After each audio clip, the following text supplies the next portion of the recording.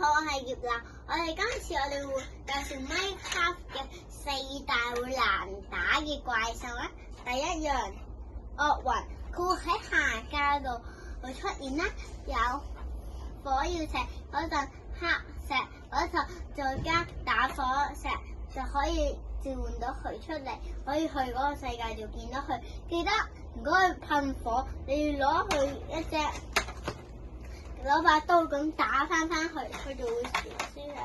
第二個就好平常嘅蜘蛛，山洞蜘蛛，佢會有好明顯眼，仲好多嘅佢哋會。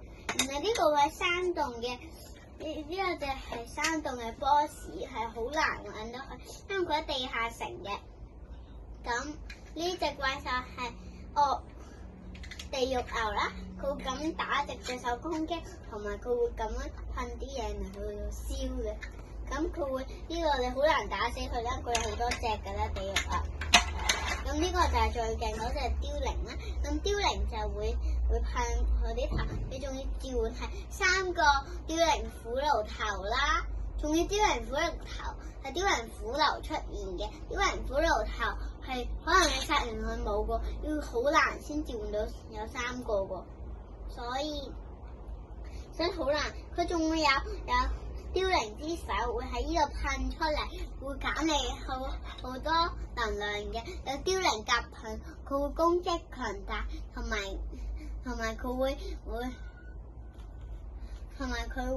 硬啲同難啲改變佢生命值。然後一開頭佢仲有個爆炸聲，咁佢會有出嚟啦。咁佢好勁喎，咁佢會吸收你嘅能量，佢打完你會吸收你嘅能量嚟做佢嘅能量，所以佢好勁㗎。下次再見啦，拜拜。